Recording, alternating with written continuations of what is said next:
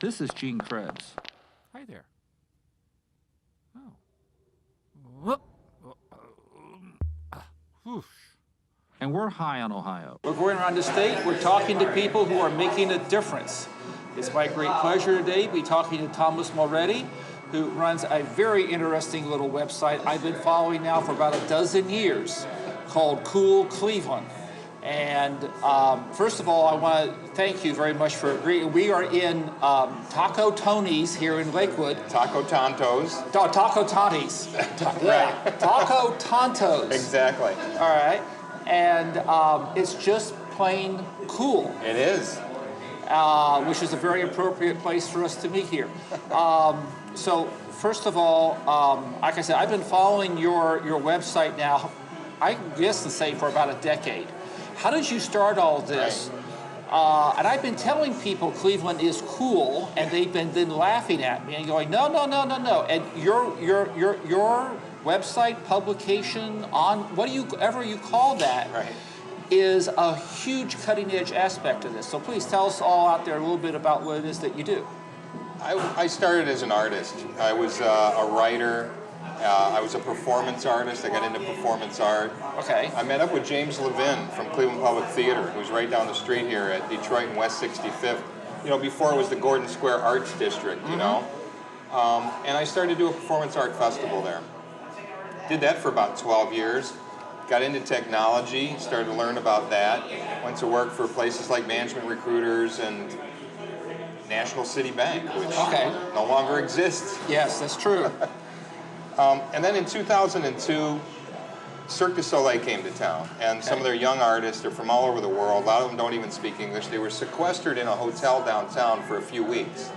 And I ran into them at the middle of the day. I remember this on your website. And I said to them, how do you like Cleveland? You know, you've been here for a while. And they didn't have anyone telling them what was going on or what was happening, and they felt a little isolated. And I said, well, you know, let me send you an email. So I sent an email, 4 or 5 things going on this week, and called it Cool Cleveland. Added some of my arts people to the next week's mailing.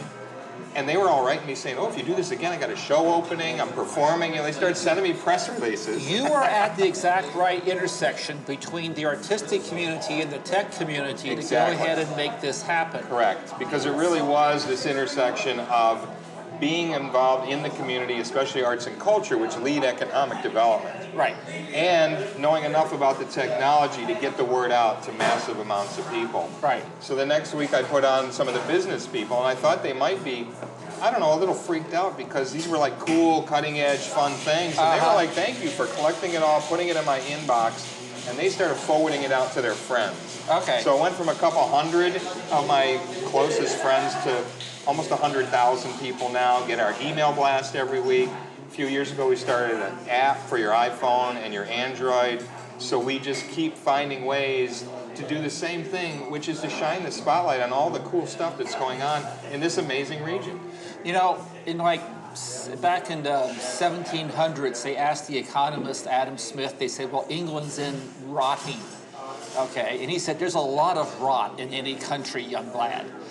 And the thing that I'm always struck with is that every time I come to Cleveland, despite what everybody south of, Route 30 seems to think, there's a lot of vitality here in Cleveland. There is. Why is it not getting out? I mean, you have 100,000 people picking up your stuff, on a weekly basis, but what's the problem here? Why do folks in Lawrence County just go, Cleveland, oh my God, I could never visit there? We don't have a problem. But there's a perceived one, though. But the people who are not going to be attracted to the advantages of a place like Cleveland, we're not interested in spreading the word to them, really. You know, there's millions of people, tens of millions, hundreds of millions of people in the world. Not everyone needs to be reached with a marketing campaign or a branding campaign. This is where we confuse ourselves in thinking that everyone has to understand our message and everyone has to line up outside our door. You're targeted then. Basically you're micro-targeting for a very particular group or type of person. I wouldn't say micro, but I would say that the cool people. Okay. The people that are interesting and interested, Okay. the artists, the entrepreneurs, the people that are movers and shakers, that are looking to make a change in society, they're going to find a lot of cool stuff in this region. They're going to find a lot of opportunities. They're going to find a lot of cool things to do. Okay. And we're hoping to connect those kinds of people with the assets of this region. What would a typical cool weekend in Cleveland look like? Just to everybody here downstate. And it depends there on your demographic, okay? We have a lot of women readers. Why? Because women, they lead the men around, okay? If you find where the women go, that's where the ring is here, but it's actually right here, okay? Yes, yes. And it really is, okay? So if you're married and you have kids, for example, you're following your kids around. So we started Cool Cleveland Kids to address that, where we'll address cool, educational, fun stuff to do with your kids, because that's a different group than the young people who are unmarried and want to go out drinking and meeting people. What's the, in your estimation, I think Cleveland has a lot going for it. Would you please tell everybody else in Ohio, what does Cleveland have going for it that may be hidden, maybe something that only the folks up in Northeast Ohio know about? It's hard to say that there's hidden things anymore. The word's really getting out. I mean, the internet now allows people to find stuff that they could never find before. So you don't have to work real hard to find the cool stuff going on around here. I think go to your website. What is this Cool Cleveland? CoolCleveland.com, and we have an app. But it's not hard to figure out what drives a community to be interesting, to be active, to be engaged. Those are things like arts and culture, for example. And this community has it really, not just to compare it to this state, but to compare it to the country and the world. Because this is an older community that's been here for hundreds of years. Very well established music, theater, arts, dance, avant-garde, photography, visual arts, museums, in abundance. Things like the Rock and Roll Hall of Fame, which is a museum no one else has. So it leads with arts and culture. But you've got the whole range of things. We've got a great food culture. We're in a great restaurant here that's expanding from Kent, Ohio, and this is their second location now in Lakewood, Taco Tonto's. And we're seeing now dozens of cool chefs making their name. I mean, Michael Simon was the first, and he's certainly the leader, and he's on television every single day spreading the word. But, you know, we've got the West Side Market and food culture. So that's for a different type of person who's really interested in that. We have a really strong nonprofit community that supports not only arts and culture, but social services. You know, makes it a really pleasant place to live here compared to other places that just don't have the infrastructure that we have. Okay, so let me ask you this question then. Once again, because this is for statewide. Sure. Okay. Myth-busting. Yes. Tell us something that everybody knows or thinks is true, you know is false, and go ahead and please blow up the bubble. Well, a lot of people leave a place like Columbus or Cincinnati or Tiffin or Findlay or Toledo, and they go to these big cities on the coasts like New York or San Francisco or Los Angeles or maybe even Chicago, which is probably the closest to a Midwestern capital. Because they think they're going to find opportunity there, because they think they're going to find cool, interesting things to do there, they're going to find a community of people to be a part of. And the fact is that those people are actually moving back into this community faster than they're leaving. This is a myth buster. Because for years, it was true, and we just did the research. We have a writer, Richie Papernin, who works on a project called Rust Belt Chic and this new belt magazine online. He analyzed migration patterns of young people, and they always went from Cuyahoga County, which is Cleveland, to Cook County, Chicago, and Queens County, which is Brooklyn, in greater numbers than they came from those counties until about 5 years ago. And those numbers started to shift. And now we actually have more people coming in. Now we still have them going out, but more are actually coming in from Chicago and New York to Cuyahoga than are leaving. That is different. That is counterintuitive. And you got to wonder why. What is bringing people to a place like Cleveland that's more interesting than a place like a New York or a Chicago? are they, in demographic terms, we refer to these, sometimes these as boomerangs. They're from here, they leave, and then they return. That's true. Is there a significant number of the boomerangs coming back? That's true, and that's the big advantage that we do have here, is that people will go elsewhere for college or for their early 20s. Okay. But what happens is when it comes time to get married and settle down, Okay. and they want a place to live and raise their kids, and a place that's affordable, a place that's nearby their family so that they have some built-in babysitting Support system. support system, right? All of a sudden they are pulled back Okay. to where they grew up, or they're going to take their spouse who didn't grow up here and bring them back with them to this part of the world. That happens a lot. But I think what's interesting is that the other is also happening, where artists especially are starting to see how well we support the arts here. Okay. We passed a cigarette tax a few years ago, Right. that makes Cuyahoga County The so-called sin tax. one of the sin taxes. One of the sin It's the taxes. cigarette tax, because there's Yeah. another one for sports and stadiums that is nowhere near as effective in terms of economic development. Okay. But this one has really driven economic development, and it's attracted artists. Uh-huh. They set up a program, for example, in Waterloo with North Collinwood, right on the lake, which is a burgeoning arts and music district, where they were funding artists to come in and live and work. And they thought it would draw kids from the suburbs of Cleveland, and what happened was they got wind of it in New York and around the country. And all of a sudden they've got artists coming in going, you're kidding me, I can buy that house for how much? Right. I can live here for how much? And, Right. and now I don't have to spend 80 hours a week just paying my rent Right. in Brooklyn. Right. I can work 20 hours a week and earn enough to pay my rent and spend the other 60 hours actually doing my art, Yeah. actually living my life. Yeah. And that's, for young people who really want to do that kind of thing, Yeah. that's a tremendous burden off their shoulders. Now, let me ask you this question. I know that artists are often the urban pioneers, or the urban re-pioneers, we should say, okay? Yet, as a community gets a certain level of success, they start getting themselves priced out of the market. It happens all the time. And so the coolness starts to poison its own well, so to speak, then. The coolness just moves around, okay? And when you have more and more artists coming in like we have over the past couple decades, I mean, I've been on the scene here now for a long time. And, and as I said, when we started our performance art festival just down the street at what's now the Gordon Square Arts District, it wasn't an arts district at the time. It was a bunch of drug dealers and prostitutes, and it was a pretty nasty neighborhood. Well, that's all been cleaned up now. And I'm sure the prostitutes have gone somewhere else too. But people move on. The artists now start to develop not just that center, but then they start to work out from there, and you see an artist district form on either end of that and spread out from these centers.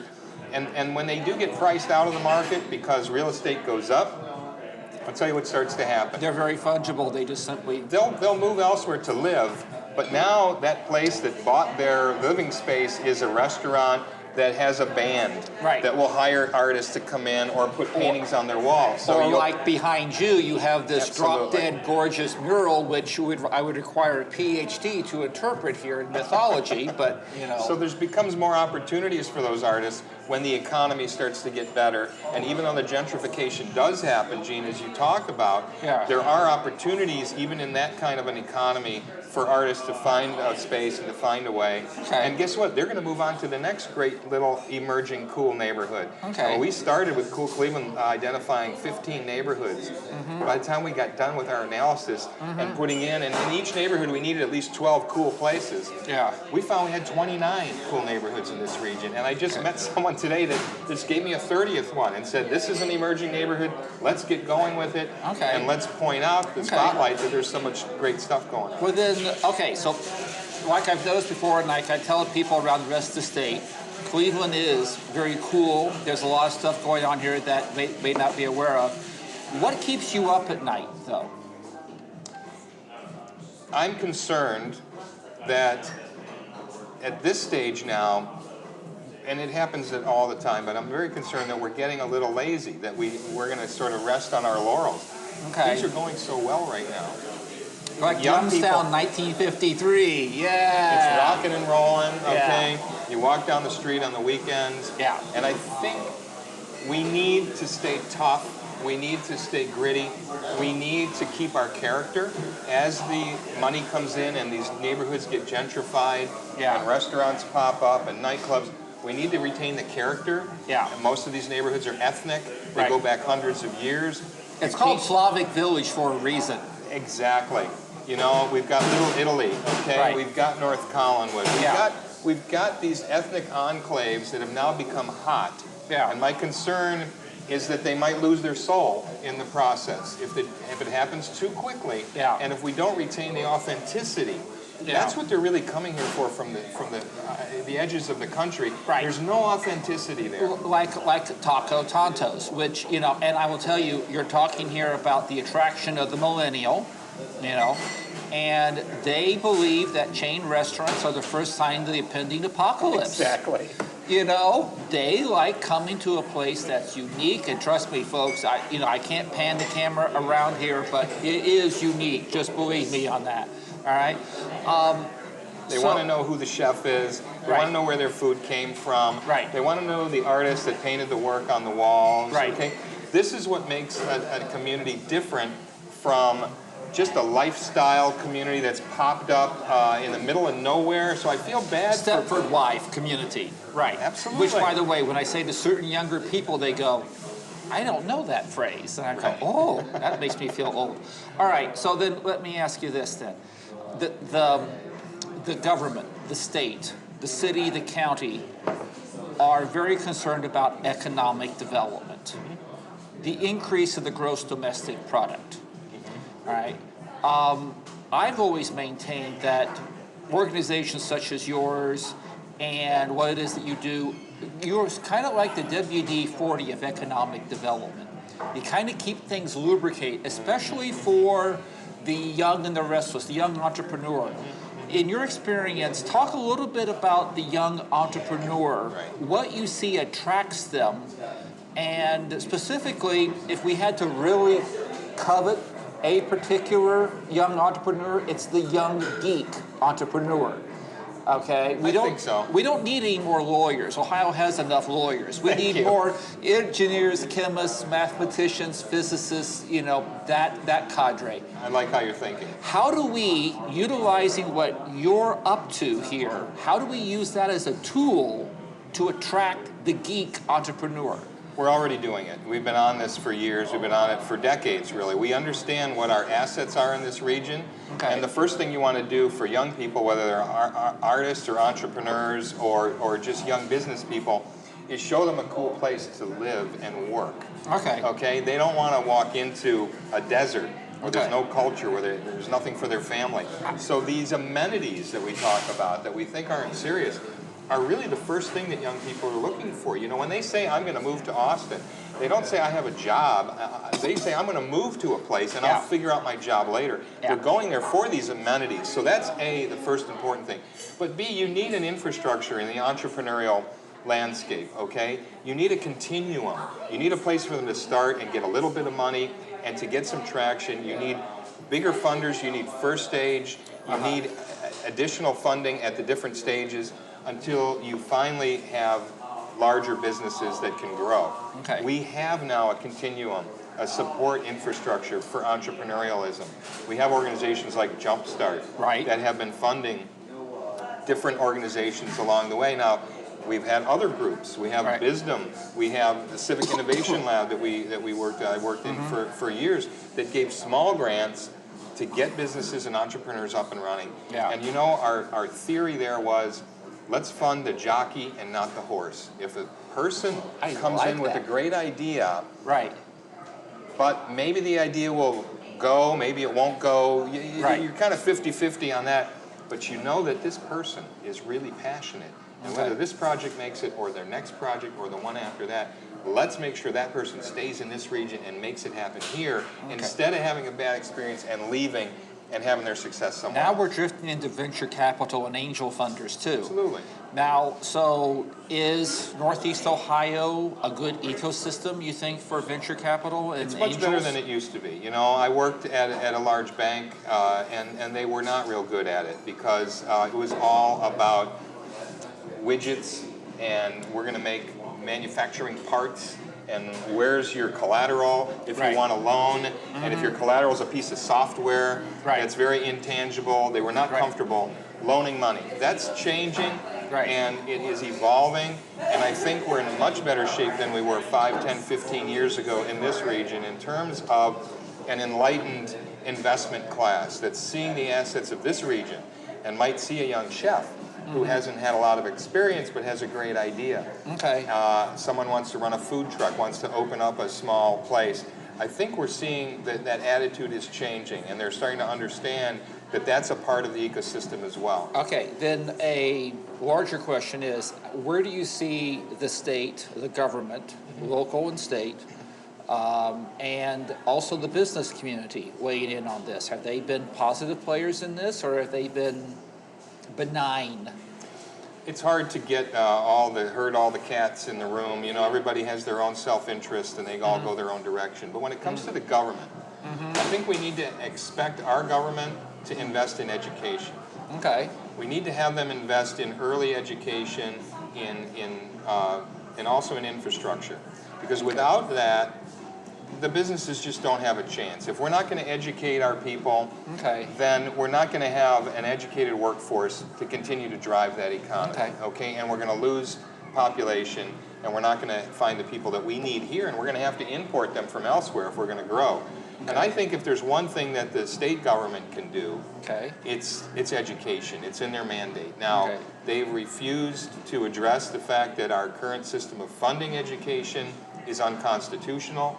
And I think we have to continually remind our elected officials that they need to change that, Okay. that we need equal funding and equitable education funding throughout the state, Okay. because that is the core of any community. Think about it. When Right. you think about the communities that really need help, Right. it's the communities that have poor schools, Right. because that's what pulls the rest of the community down. If we can fix that, Okay. if we can help fix that and give everyone a fair chance, can you imagine how many entrepreneurs we're not developing right now in some of these cities because they don't have the schools to go to leverage their talents and skills. And you've hit upon what I've called the national security problem with this, is Thank you. because China's got 1.2 billion, India's got 1.2 billion, we're sitting here at 300 million, which means that they've got 8 times the number of 1 in a million individuals over there. And They've got more honor students than we have students. right, they have graduate more engineers, I think, than what we have in the way of students. So we need to come up with, everybody needs to be able to get to their maximum potential. Now here's, Right. then we're going to now, even though you're here as part of what I would call the coolness, the art, the interesting intersection between art and technology, poverty. Cuyahoga County has a problem. It's usually ranked as one of the lowest income, poorest counties in America. Okay? How do you see what you do out of your Lovar, if I'm mispronouncing that correctly, how do you see how that can alleviate the poverty issue? First of all, we have to recognize that this is not a unique problem. This is Okay. not something that Cleveland has or that just Cincinnati has or any big city has. And so the solutions are not going to be just on the shoulders of people here locally. I think it's a really false situation to set up and say, this is the worst in the state or worst in the whatever. There are hundreds of communities that need this help. But we're Americans. We love lists. We put everything into a list. But let's be real and recognize that, you know, others share this issue and Right. others need to share in this solution as well. Okay. I think we can do our part by spreading the word. It's Okay. really all the media can do is pass the word around, okay? To spread the word on what the needs are, Okay. and to spread the word on what the solutions are and what the successes are. And we spend a lot of time focusing on success stories.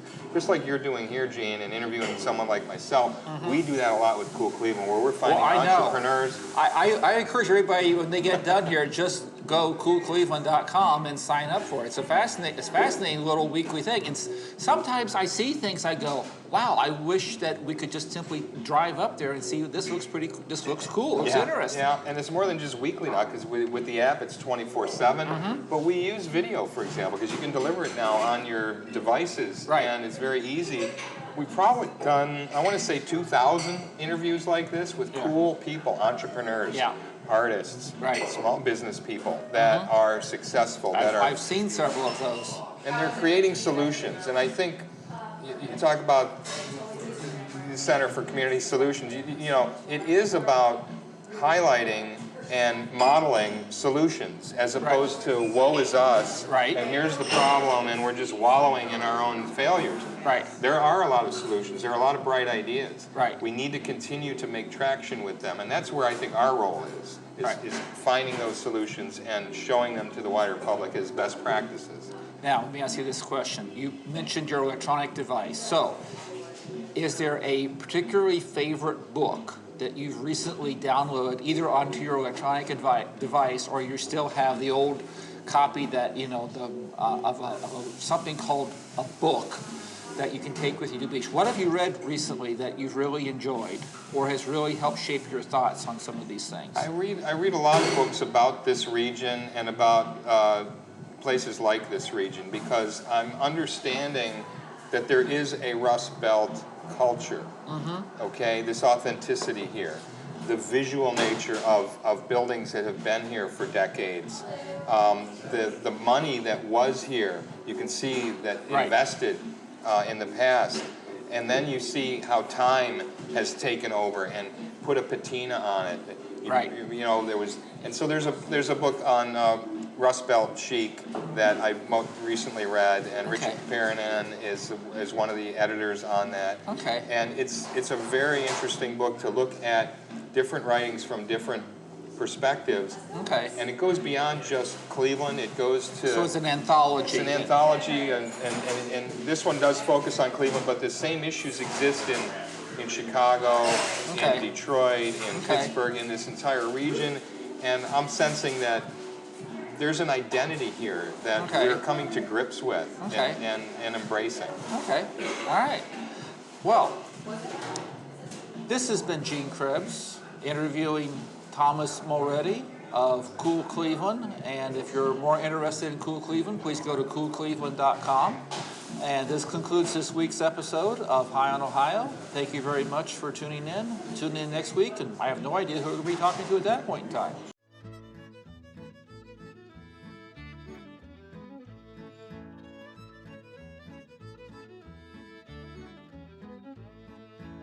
For more about the Center for Community Solutions or their publications, please visit www.communitysolutions.com.